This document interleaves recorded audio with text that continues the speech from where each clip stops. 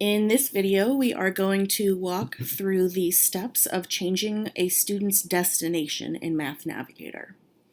So once you log into your teacher account, go to the class that you are interested in and click the wheel icon. That is going to get you to your class settings. So in your class settings, you can see your roster, and there's two pieces of information next to each student. The first is math level. That's where the student is starting.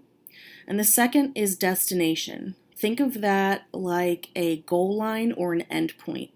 It's almost always by default set to the class grade level because we want our kids to reach grade level proficiency. However, sometimes we do have kids that finish all of their learning journey material or are a little bit more advanced and should have access to higher grade levels of material.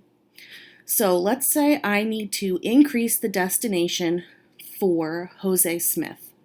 So I come down to Jose and his destination, and I can select from the drop-down menu. I'd like to expand his destination to Algebra 1. So I'm going to click that.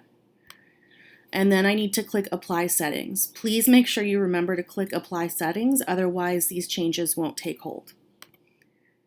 Okay, so I can see now that the destination is set to Algebra 1. So we can double check this by going to our Learning Journey tab. And the default view is the course. So this shows you the material all the way from second grade to pre-calculus. But let's check specifically for Jose Smith. So I come to the side here. I can hover over the avatars and click on Jose's avatar. And I can see just Jose's learning journey. So this is the view he'll see on his page as well. So I can see now that his learning journey includes a destination of Algebra 1, meaning he has access to all of this Algebra 1 material as well.